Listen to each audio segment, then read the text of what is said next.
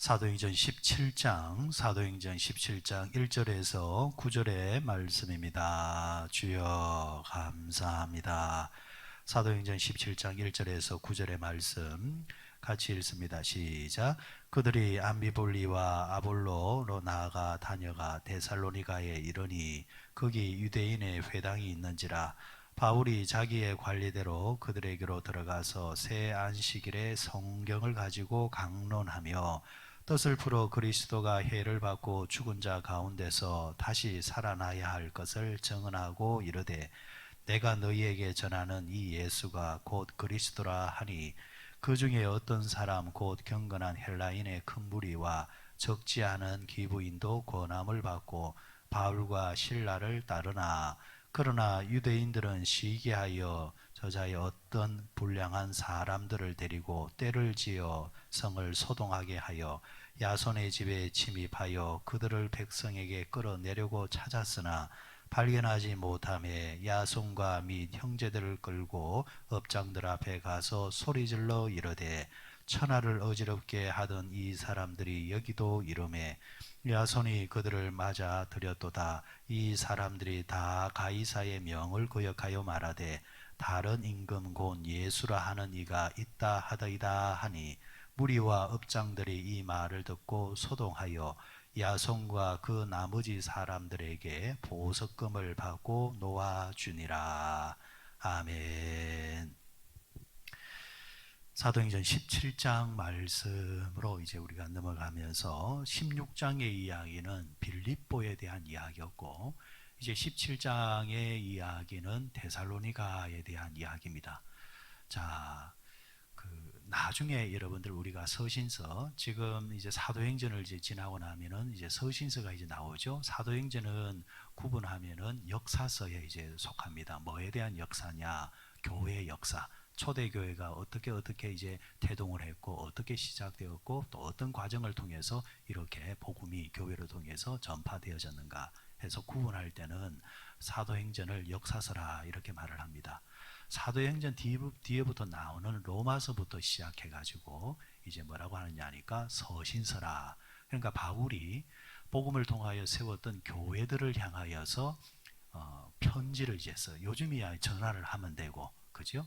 하지만은 예전에는 다 이제 편지였지 않습니까?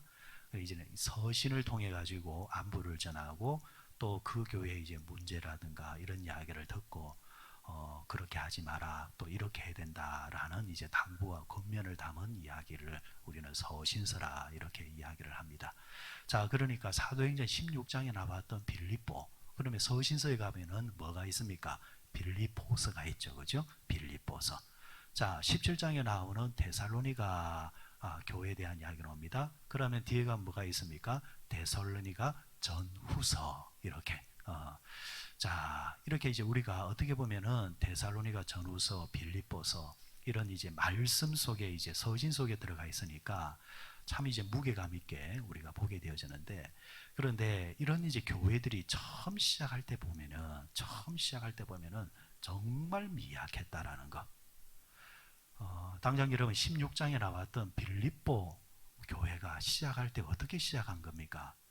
바울과 실라가 그곳에 회당이 없다 보니까 예배드리러 어디로 내려갔을 때에 강가에 내려갔을 때 만났던 루디아라는 여인에게 복음을 전할 때에 그게 빌립보 교회의 시작이란 말이에요. 남자도 아니고 여자입니다. 그러니까 그 당시로 보면은 정말 형편없는 초라함의 시작입니다. 그런데 그런 곳이 그런 시작이 나중에 어떻게 됩니까? 빌립보 교회가 되고 빌립보서 주옥 같은 말씀이 우리에게 주어지는 말씀. 빌립보서 이러면은 우리가 너무 잘 아는 말씀 있죠. 내게 능력 주시는 자 안에서 내가 모든 것을 할 수 있다. 너희는 아무 염려하지 말고 모든 일에 기도와 간구로 너희 구할 것을 감사함으로 하나님께 아뢰라. 다 이런 말들이 빌립보서에 나오는 말씀이거든요. 그런 주옥 같은 말씀이 어떻게 시작됐다고요? 정말 미약하게 시작됐지만 뒤에 와서는 우리 모두에게 뭐예요? 말씀으로 정말 크게 위로하는 장대한 말씀이 되어 있다는 겁니다. 저는 이게 복음의 능력이라 믿습니다. 시작은 작지만은 뒤에 가보면은 얼마나 크게 되어 있는지요. 자, 데살로니가도 마찬가지입니다. 오늘 데살로니가 교회를 보게 되어지면은, 자, 이 데살로니가 교회가 어떻게 이제 시작을 하게 되는가 한번 보도록 하십시다. 자, 1절에 보니까 중반절에 데살로니가에 이르니 크기 유대인의 회당이 있는지라 이렇게 이야기하고 있습니다. 자, 차이점이 있다고 한다면은 빌립보 교회는 뭐가 없었습니까? 회당이 없었습니다. 빌립보하고 데살로니가하고 이제 구분을 한다고 한다면 마게도냐라는 그 이제 나라의 지역에 가장 큰 성이 어디냐니까 빌립보입니다. 그러니까 여러분 바울과 실라 이 전도팀들이요 무작정 가는 거 아닙니다. 성령에 이끌려서 가기는 가지만은 그러나 그들만의 전략이 있다는 겁니다. 하나님께서 우리를 들어 쓰실 때에 그 사람의 또 재능과 지혜를 통해서도 일하시거든요. 그러면 하나님이 주신 재능과 지혜를 발휘하는 것은 인간의 책임입니다. 자, 그런 면에서 바울과 실라는 전략이 있습니다. 하나님께서 보내신 마게도냐로 들어갔을 때에 그들이 제일 먼저 찾아간 곳이 어디냐면은 빌립보입니다. 빌립보. 왜? 그곳이 이 마게도냐 지역에서 가장 큰 성읍이기 때문에, 규모면으로 보면은 가장 큰 성읍이기 때문에. 자, 그럼 데살로니가는 어떤 곳이냐? 그 다음에 데살로니가는 마게도냐에서 수도입니다. 수도. 규모 면에서는 빌립보가 가장 컸고, 그런데 정치, 경제, 수도 면에서는 이 데살로니가가 어뜸이었다는 거죠. 여러분, 부산이 클까요? 서울이 클까요? 부산이 클까요? 서울이 클까요?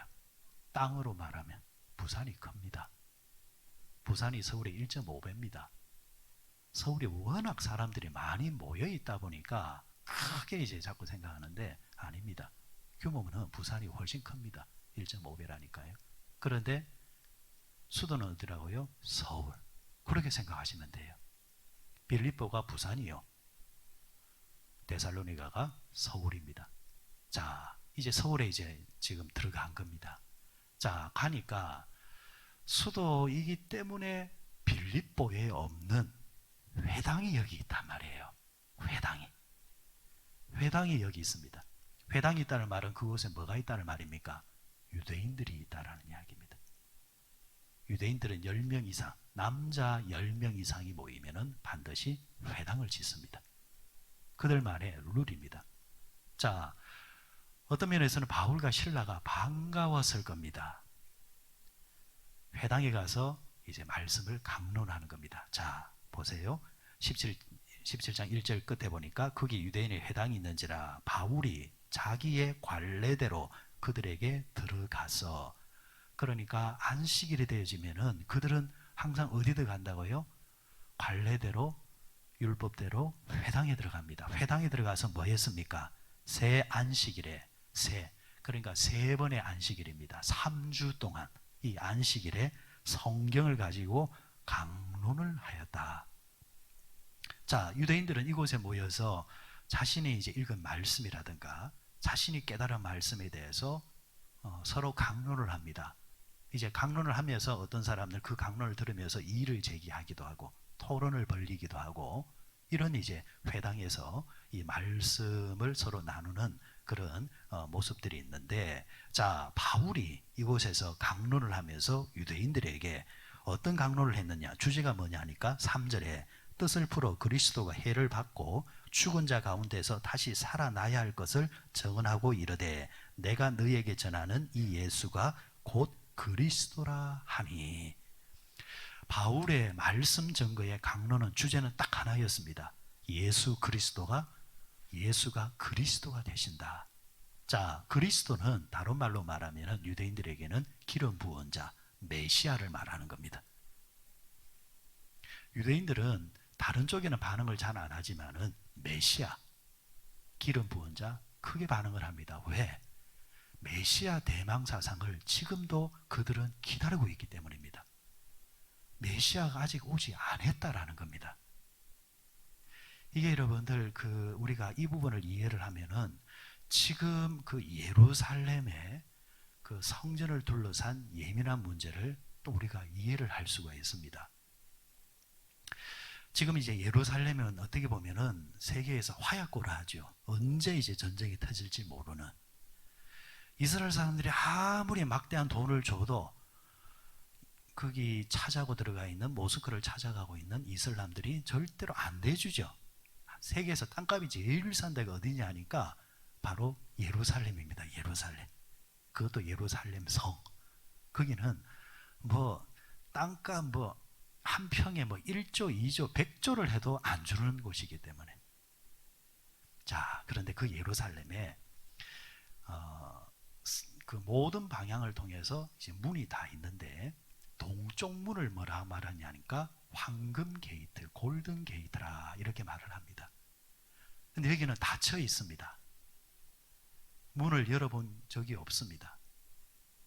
언제 열리느냐? 메시아가 이 땅에 올 때에 그 동쪽 문을 통해서 온다라고 그들은 의식하고 있기 때문입니다. 그러니까 유대인들이 이렇게 의식을 하고 있으니까 이슬람이 가만히 있을 수가 없는 거예요. 왜? 이슬람 입장에서는 메시아가 와야 됩니까? 안 와야 됩니까? 아니, 유대인들은 메시아가 와야 되지만은 이슬람 입장에서는 안 와야 하는 거예요. 그들은 누가 와야 돼요? 메시아가 아니라 저들의 신이 와야 되는. 자, 듣자니까 이게 불안한 거예요. 그래서 어떤 일이 벌어지느냐니까 동쪽문, 골든 게이트. 그러니까 동쪽에 나 있는 이 황금 이제 문, 동쪽에 요 문 앞에 뭘 만드느냐니까 공동묘지. 이슬람으로 살다가 죽은 사람들이 이제 거기 무덤으로 들어가 있는 거예요. 그리고 이들이 뭐 하느냐? 혼령이 돼서라도 유대인의 메시아가 오는 것을 막겠다라는 거예요. 이슬람 성지에 가보면은 그 장면이 다 펼쳐져 있습니다. 이제 그들의 의식이 만들어낸 결과물이라 그렇게 생각하고 앞으로도 마찬가지입니다. 또 한쪽 벽에서는 어떻게 하느냐? 예루살렘 성에 지진이 나서 다 무너지게 해주십시오. 왜? 유대인들은 그렇게 기도합니다. 그렇게 해야 모스크가 무너지기 때문에. 다른 방법이 없기 때문에. 이런 이제 긴장관계. 그러니까 지금의 중동에서 일어나는 이 예루살렘 성에서 일어나는 모든 일들은요, 그 속을 들여다보면은 결국에는 타협이 없는 종교전쟁입니다. 세상에서 제일 무서운 전쟁이 뭐냐 하니까 종교전쟁입니다. 답이 없습니다. 왜? 기도하면 신념으로 하는 거기 때문에.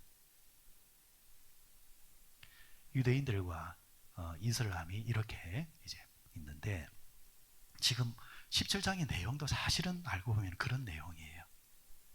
자, 유대교는 하나님은 알지만은 누구는 몰라요? 예수는 몰라요. 예수가 한자로 뭡니까? 기독입니다. 기독. 그래서 기독교는 뭐예요? 예수교입니다. 예수교. 그러니까 유대교와 기독교는 전혀 다른 이야기예요. 하나님은 같은 하나님이지만 하나님께서 말씀하신 것, 그러니까 다른 이로는 구원을 얻을 수 없다. 그러면 다른이 누구 이름도 아니고 누구 이름? 예수 이름. 내가 곧 길이요 진리요 생명이니 나로 말미암지 않고는 아버지께로 올 자가 없다. 구원은 아버지가 시켜주시지만은 그 방법은 누구라는 겁니까? 예수님. 지금 바울이 그 이야기를 하고 있는 겁니다. 바울이 전한 복음은 예수님이 우리가 기다렸던 메시아다. 그러므로 우리가 그분을 믿을 때에 우리는 어떻게 된다? 구원을 받을 수 있게 된다. 이게 바울이 전한 복음의 핵심입니다. 자, 이 복음 앞에 몇몇 사람들이 복음을 받아들입니다. 4절에 보니까 그 중에 어떤 사람, 곧 경건한 헬라인의 큰 무리와 적지 않은 귀부인도 권함을 받고 바울과 실라를 따르나. 자, 따르는 자가 생겼다는 겁니다. 복음은 능력입니다. 복음이 역사하는 겁니다. 복음이 스스로 역사하니까 말씀을 전하는 자는 바울과 실라였지만 결국에는 복음이 설득해서 그곳에서 예배됐던 사람들이 이제 복음을 받아들이는 겁니다. 자, 5절 그러나 그렇지만 유대인들은 뭐 했다 했습니까? 시기하여. 유대인들은 받아들이질 않았다는 겁니다. 유대인들은 아직까지 메시아가 안 왔다는 겁니다. 자, 그러면 여러분 한번 보십시오. 유대인들과 지금 바울과 실라가 회당에서 지금 뭐 하고 있었는 겁니까? 말씀을 강론하고 있었죠. 그러면 그 말씀은 어떤 말씀을 가지고 했을까요? 구약일까요? 신약일까요? 뭐 어렵게 생각할 필요도 없어요. 이 당시는 신약이 없을 때입니다. 구약입니다. 구약. 구약의 말씀을 가지고 지금 강론하고 있습니다. 그럼 여러분 구약의 주제는 뭘까요? 자, 간단하게 생각하십시오. 성경 전체의 주제는 뭐냐면은 예수 그리스도의 이야기입니다. 여러분 그림으로 머릿속을 그림으로 그리면은 아담과 하와가 범죄하고 하나님 나라에서 에덴에서 쫓겨났습니다. 그때로부터 인간은 뭐 하는 사람이에요? 이 땅에서 방황하는 사람. 하나님의 계획은 뭐냐니까 쫓겨난 그들을 다시 어떻게 하겠다는 거예요? 에덴으로 다시 복귀를 시키는 겁니다. 우리도 자식을 쫓아낼 때가 있잖아요. 이놈! 요즘은 자식 쫓겨났다는 자식들이 경찰에 신고한다 하대요. 세상이 뭐가 만든지는 모르겠다마는 저도 가만히 생각하니 예전에 자식을 너 나가! 그런데 그게 내 보내기 위해서 쫓은 거예요. 똑바로 고치기 위해서 쫓은 거예요. 고치기 위해서. 전제는 뭐예요? 다시 불러들이는 겁니다. 하나님도 따끔하게 야단을 치놓고 이제 다시 불러들이는데 불러들이는 이야기가 뭐냐? 창세기부터 요한계시록까지 이야기입니다. 그러면 어떻게 불러들일 것인가? 속죄의 문제가 남았단 말이에요. 속죄를 시켜야 되는데 죄인이 죄를 속죄할 수 없으니까 죄 없는 의로운 분이 죄인을 위해 속죄를 해야 되는데 결국 그분이 누구밖에 될 수 없다? 예수님밖에 될 수 없다. 그래서 쫓겨난 인간이 다시금 하나님께로 돌아오는 이야기가 성경 전체의 이야기. 그러면 어떻게 돌아오게 할 것인가? 그 방법은 예수 그리스도밖에 없다라는 이야기. 그래서 나누면은 구약은 오실 예수님에 대해서 예언하는 이야기. 창세기부터 시작해서 말라기까지 다 내용이 결국은 신호가 뭐냐니까 이 땅에 오실 예수님에 대한 예언. 그리고 마태, 마가, 누가, 요한은 무슨 이야기? 오신 예수님에 대한 이야기. 오셔서 우리와 함께 하신 이야기. 사도행전부터 요한계시록까지는 이야기가 뭘까요? 이 땅에 오셨던 예수님이 우리에게 말씀하신 그 말씀을 부여잡고 우리가 다시 주님 재림하실 때까지 예수님을 통해서 구원받고 교회를 세워나가는 이야기. 결국은 주제는 뭐냐니까 예수 그리스도예요. 그런데 유대인들은 주제가 되어지는 예수님은 놔두고 격가지의 이야기를 지금 이야기를 하고 있단 말이에요. 똑같습니다. 여러분 교회 생활은 주제는 하나입니다. 예수님이 그리스도가 되시고 예수님이 나의 구원자가 되시고 예수님이 나에게 은혜를 주시고 예수님이 나의 메시아가 되십니다라는 것을 우리가 은혜 받고 나누면서 생활하는 것이 교회입니다. 다른 게 절대로 주제가 되면 안 된다라는 겁니다. 교회의 주제는 목사도 되었어도 안 되고 장로도 되었어도 안 되고 사람이 되었어도 절대 안 된다라는 겁니다. 그건 우상입니다. 우상. 결국 여러분들 교인들이 목사를 존중해 주는 이유는 뭡니까? 하나입니다. 그 입을 통해서 누구를 이야기해 주기 때문에 예수 그리스도를 이야기해 주기 때문에 그분에 대해서 목사를 통해서 들을 수 있으니까 존중해 주는 거지 그 이상도 그 이하도 없다라는 거예요. 이게 여러분 복음의 핵심이고 기독교의 핵심입니다. 지금 바울은 그 이야기를 하는데 유대인들은 자꾸 주제를 다른 이야기를 하는 거예요. 모세가 어떠니? 아브라함이 어떠니? 아브라함과 모세는 분명한 신앙의 위인이지만 그러나 그게 성경의 주제가 될 수는 없다는 겁니다. 바울이 전한 복음은 하나입니다. 예수님이 그리스도가 되신다. 근데 유대인들이 이게 듣기가 싫은 거예요. 왜? 선입관.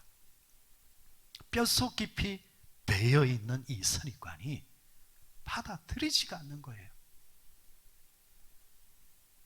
그래서 여러분, 이 교육학적인 면에서 제일 교육하기 좋은 사람이 뭐냐 하면은 포맷이 되어 있는 사람. 그 안에 자기의 생각과 이 선입관이 지워져 있는 사람. 그냥 그 위에 쓰면 돼. 그런데 내가 내 하는 사람은요 정말 힘들어요. 내가 알기로는, 내가 배우기로는, 내 지식으로는 이렇게 자꾸 접근한단 말이에요. 그러니까 교육학적인 면에서는 그런 분들이 제일 힘들다고 해요. 그래서 어떤 교회 가보면 묻는 게 있습니다. 어디서 좀 배웠습니까? 이렇게 물어요. 그러면 자기 딴에는 예, 저도 소식적에 몇 년 해봤습니다 하면은 가르치는 사람 돌아서서 아이고 힘든 사람 왔네 또 그래버립니다. 우리 하나님 말씀 앞에 설 때는 내 생각은 다 지우는 겁니다. 자, 유대인들은 그렇지만은 자신들이 배어있는 선입관 때문에 그것을 받아들일 수가 없었습니다. 결국 어떻게 되었습니까? 유대인들이 예수 그리스도를 복음을 전하고 있는 바울과 실라를 잡으려 하고, 그리고 당시 야손과 그 형제들 읍장들 그 집에 형제들이 이제 형제들 집에 들어가 있는 바울과 실라를 잡으러 갔지만은 이미 이곳에 없는 가운데서 오히려 이 야손과 그 형제들이 이제 끌려가서 이제 고난 당하는 이야기가 나오고 있습니다. 결국 여러분들, 그러나 결론은 이겁니다. 그 과정은 힘들고 과정은 어려움은 있었지만 복음은 막힘이 없이 계속 진행되고 있다. 그리고 잠시 뒤 이곳에 뭐가 세워지느냐? 데살로니가 교회가 세워진다. 결국 하나님의 교회는 늘 승리한다. 왜? 하나님의 교회이기 때문에. 그래서 저는 이 말씀을 이렇게 이제 정리하고 싶습니다. 이것을 교회론으로 정리를 하면요, 접근을 하면은 우리가 하나님의 교회를 섬길 때에 주제를 할 수 있는 예수님이 그리스도가 되십니다. 예수님이 그리스도가 되십니다 라는 것을 목사와 교인들과 그 교회가 늘 주장하면요, 결국에는 그 복음이 그 교회를 승리하게 만들어 놓습니다. 그런데 반대로 사람이 자꾸 그것의 주인이 되기 시작하면요, 처음에는 그게 폼나는 거고 그게 재미나는 거고 그것 때문에 교회에 올만 날고, 왜? 내가 오늘 교회 가면 큰 소리 쳐야지. 교회에서 자기 존재감을 드러낼 수 있으니까. 그러나 여러분, 그렇게 하면은 복음이 그 사람을 막아버립니다. 그런데 예수님이 그리스도가 되십니다. 예배자로 서고 봉사하고 헌신할 때 예수님이 그리스도가 되십니다. 그렇기 때문에 내가 이렇게 주님을 섬길 수밖에 없습니다. 이 마음으로 나가면요, 복음이 그 사람의 인생을 열어줍니다. 복음은 항상 승리하게끔 되어져 있습니다. 여러분, 새벽에 나오셔서 기도하시는 여러분들, 특별히 기도하는 사람이 항상 이 주관이 있어야 됩니다. 예수님이 나의 그리스도가 되십니다. 주님, 마지막 날까지 나는 주님이 나의 메시아고 구원자이고 나 이거 믿고 이거 증거하면 마지막까지 살겠습니다. 그러면은 여러분의 신앙도 절대 흔들리지도 않고 넘치지도 않고 모자라지도 않고 바르게 가게 되고, 또 여러분을 통해서 전달된 그 복음이 사람을 살리고 교회를 세우는 큰 힘이 됩니다. 항상 이 놀라운 복음이 우리 모두에게 있으시기를 바랍니다.